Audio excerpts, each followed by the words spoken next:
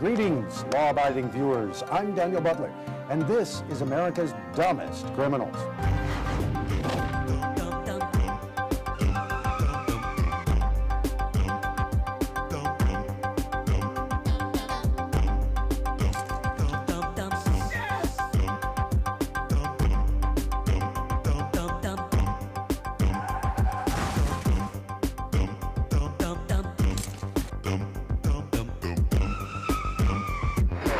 This episode of America's Dumbest Criminals, Sticking to the Job, Naked Brunch,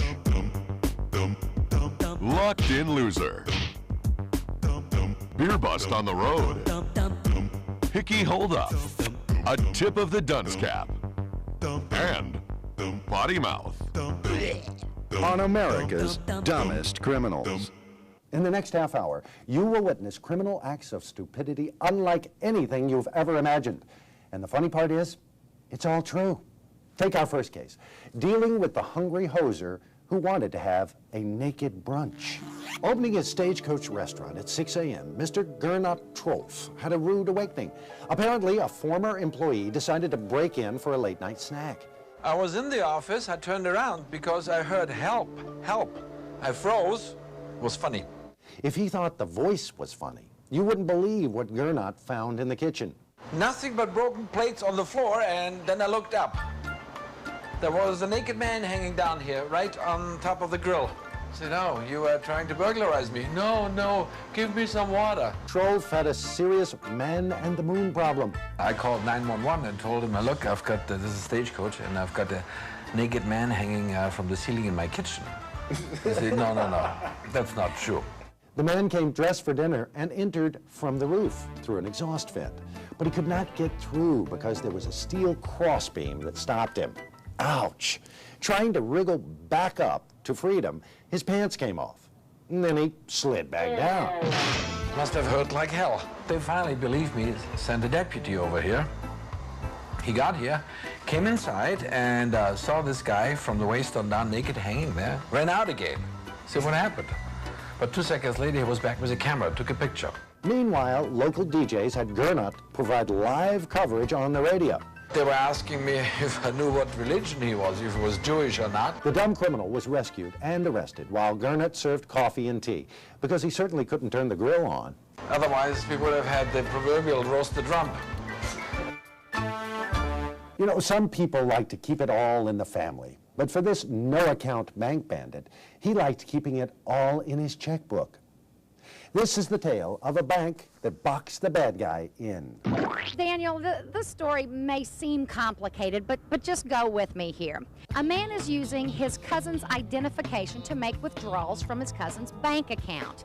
Now, he is successful at first, but the bank is catching on to him, so that the next time the man comes to the bank is prepared for him. He comes up using the false identification. The manager sees that and locks all the doors in the bank so that the man is trapped. He is a Luther. He is not going anywhere in this bank. So they catch on to him, call the police, and the police confront him about it. Even when he was confronted by his cousin at the bank about taking money out of his account, the man denied it. Stealing my money? It's mine. It's mine. Are you sick in the head or something? It's my money. It's my money. Well, I guess there won't be any happy family reunions for this family anytime soon. Daniel, back to you. In Great Britain, there are so-called soccer hooligans. In Amherst, New York, Lieutenant Stephen McGonigal tells us of a couple of hockey hooligans who picked the wrong time and place to cut loose. The lieutenant and his partner were on their way to a stakeout with 2 steaming cups of hot Joe along for the ride. They then came across a vehicle creating a disturbance. Oh, wow. Look at this. What a bunch of idiots. Gee, look at these guys. Let these guys out of here. They're from the game. Intoxicated and evidently still celebrating the game, one of the hooligans tossed a full beer bottle into the air. You know he was drunk, or the beer bottle wouldn't have been full. Unfortunately for the frothy fanatics, the bottle made a big splash with the police, and they were sent off to the proverbial penalty box. Yes, police officers are here to protect and serve us, but some dumb criminals have been taking that serve part at face value. Are you in there? St. Louis, Missouri. A male driver pulled up to an intercom and ordered a burger. Can I get a cheeseburger and some onion rings, please? But the service wasn't up to snuff, and he became impatient. But there was a pretty good reason. What are you doing? I'm trying to order a cheeseburger and some onion rings. Do I want onion rings? Yeah. Yeah, cheeseburger and some onion rings, that'll do it. Step out of the vehicle, sir. Oh, excuse me? Step out of the vehicle. How you doing, officer? There a problem here? Just step out of the vehicle. Put your drink on you. How you doing? Okay. What are you doing? Are you Hands on the hood. you arresting me for ordering a cheeseburger? Give me your arm. Did you realize it's the police station? Oh man. Come on, I know Jack, man. Yes, contrary to popular belief, police stations don't serve fast food, drive-thru or sit down. So there was no happy meal for this hungry dope who tried to order food from a police station intercom and was arrested for drunk driving and driving without a license or a brain. He's now chowing down on an unhappy meal. You've heard about people pouring sugar in someone's gas tank. Well, this siphoning story is from the opposite end of the spectrum. Even though it stinks, those on the scene have probably gotten a lot of mileage from it. Let's take a look.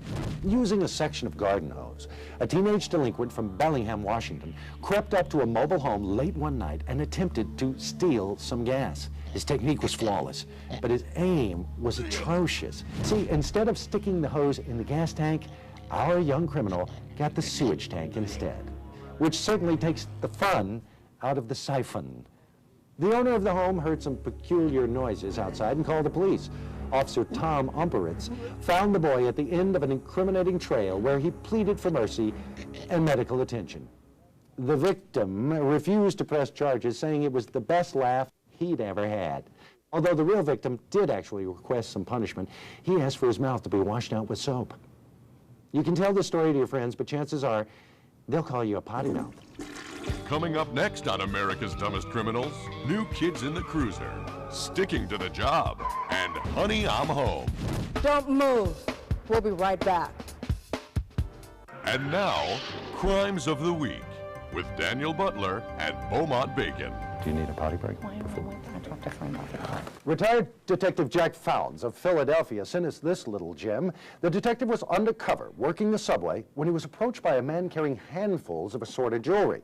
He claimed that he had just robbed a jewelry store and was anxious to sell at a deep discount. Detective Founds told the man that he didn't believe the merchandise was real. Well, the offender was offended and took the detective back to the store that he had just robbed 10 minutes earlier and proved his point by proudly pointing out the broken glass on the empty display window and the still ringing alarm. Beaumont? All right, Dan, here's a developing story. Officer Gordon Barnett responded to an alarm in his sector at a passport photo shop. That's apparently something that's right in his area there.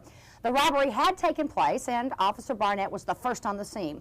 When he asked the shop owner if he could describe the robber, he was told by the shop owner, well, if you'll just wait a minute, I'll give you his passport picture. He had just taken the picture of the man who robbed him. Dan? After filling out a loan application at a new car dealership, the applicant waited until the salesman was on the phone to the bank before stealing the car he was trying to buy.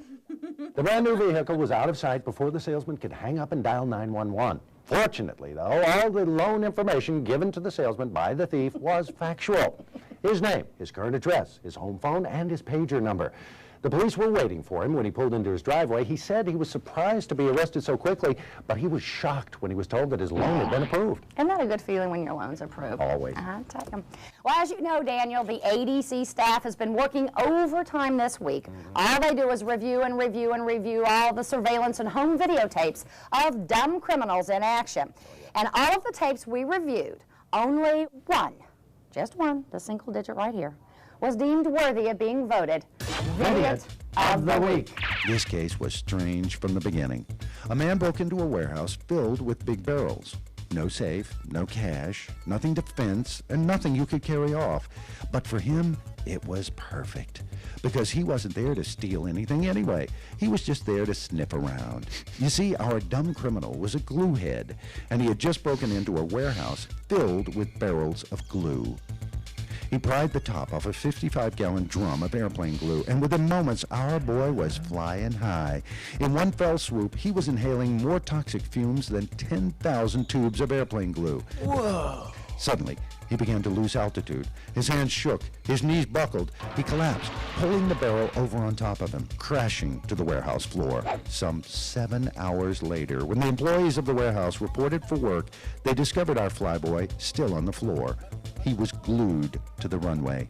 The entire contents of the barrel had slowly engulfed him like the blob. It took police and paramedics over 3 hours to chisel the man from the warehouse floor. Police are confident that the charges of breaking and entering will stick. Any fool can steal a car. Or can he? The last place a dumb criminal wants to be is inside a police cruiser. But here's a story about two dumb criminals who couldn't wait. A state trooper was making a routine traffic stop, but as he left his squad car and approached the speeder, things took a turn. Two youths jumped into his patrol car and sped off. The officer radioed in a description of his own cruiser. In an effort to turn off the still flashing lights, one of the dumb criminals inadvertently hit the siren. Now, what started out as a great escape had turned into a grave mistake. The boys were captured in a vacant lot with the lights still flashing and the siren still blaring. They weren't hard to find. For the police, it was a simple matter of removing the two dumb criminals from the front seat and placing them in the back. You know, Burger King says, hold the pickles, hold the lettuce, but one of their quick-thinking employees in Ypsilanti, Michigan, wouldn't let a dumb criminal hold the green stuff until he ordered it properly. Let's check in with Beaumont now to see what's being served up. Daniel, the stories just get crazier around here. Seems that this next one is a greasy tale about a Michigan man who wanted to start his day off right with a little breakfast burglary. So he hits a fast food chain to order some breakfast, but really he's ordering the green stuff. And the person won't open the register until the guy orders something. So he orders onion rings. Well, like most fast food chains, they don't serve onion rings until after 11 a.m. Needless to say, he got frustrated and left. Daniel, the next order he gives is Order in the Court by Judge Whopper. Back to you, Daniel. All right, let's see if we can understand the logic of this next blister brain. You're driving along in your van, and a cop pulls up behind you, signaling you to pull over. Having a guilty conscience for one reason or another, you immediately feel the need to flee. Already, we see a flaw in this plan. So, here we have the scene from the dash-mounted camera of the pursuing officer. Our logicless loser is heading up the road with all haste. But, wait, here comes the brainwave. Why don't I just turn left here and drive into my ex-girlfriend's place? Literally. What was he thinking? Fortunately, no one was injured. And the good thing about public detention is you get lots of time to ponder life's little twists and turns and head-on collisions. You've got it locked in to America's dumbest criminals. All dumb crime, all the time. We'll be right back with these big dumb stories. Coming up next on America's Dumbest Criminals, Absolute Amateur, Hickey Holdup, and Big Snack Attack. You have the right to remain seated. How many dumb criminals does it take to steal a vending machine? Obviously more than these three dumbboleros from Kingston, Tennessee, who make their film debut tonight on our show. We're so proud. Seems our three stooges decided to stop by a local store one night and grab a little snack machine. Although it was firmly bolted into the concrete, our little Einsteins decided that if they put their heads together, they'd have one big empty head. After Mr. DeMille moved in for his close-up, they remembered how much success they'd had pulling each other's fingers. Why not their legs? The one guy was having so much fun that the other jerkules decided to join in. Well, it's all about teamwork, isn't it? Don't worry, folks. The vending machine was unharmed, and the Dingling Brothers Circus has been shut down for about 5 to 10 years. Our next story is unconfirmed. If you were a witness to the following crime, please contact us immediately. We don't have an arresting officer on this story, but several of our sources have told us the same tale. An officer stopped a car with two male occupants driving erratically. While the officer was approaching the car, the passenger hatched a plan. Good evening. We haven't been drinking this evening, have we? Oh, no, officer, we haven't been drinking. In fact, we just came from an AA meeting. Okay. In fact, My friend here, it's got the patch on. See? The patch. You've got to be kidding me. No, he's got the patch on. Turn off the engine. The judge gave the man Turn off 10 the points for originality and 30 days in jail for drunk driving. 2 important tips for dumb criminals. Don't tip your hat and don't tip your hand. Believe it or not, one mugger in Oakland screwed up both of these. He tipped his hand to get his hat back and got caught, leaving him all wet. It all began with this simple street crime in Oakland, California. A suspect was caught and placed in a police lineup for the very first time, according to Officer William Britton. I'm not sure, really. Maybe number 3, maybe? I don't think she's gonna date. Everything seemed to be going smoothly for our criminal, and there was a chance he would get away with it until... Officer, are we done? Yeah, what? I need my hat back. Man, how stupid can you be? Huh? The lady you robbed is right behind the glass. That's him. It's not always easy to get a suspect to confess his crime, but sometimes it is. Now, Daniel, the secret to a good artist's impression is detail. A little more hair, the nose a little bit thinner, eyes closer together, a little bit beadier, till finally you go, that's it, that's perfect. Well, in this case, the sketch artist had noticed something a little different. As he got closer to finishing, he realized he was truly dealing with one of America's dumbest criminals. Okay, please describe to me in explicit detail what you saw today. Okay, well, best I can do, the guy had brown hair. It's like he parted on the side. Sideburns to the ear. Back of the hair looks like it may be collar length. Down to the neck, it's a little thick perhaps. Looks like he could have been a football player at one time. Oh, he also had black sunglasses on too. That's about all that I saw of the man. It was really fast. Well, the moron manager had not only given a description of himself, but after a little bit of questioning, he confessed to the whole crime. Daniel, if a picture paints 1,000 words, how would it spell D-U-M-B?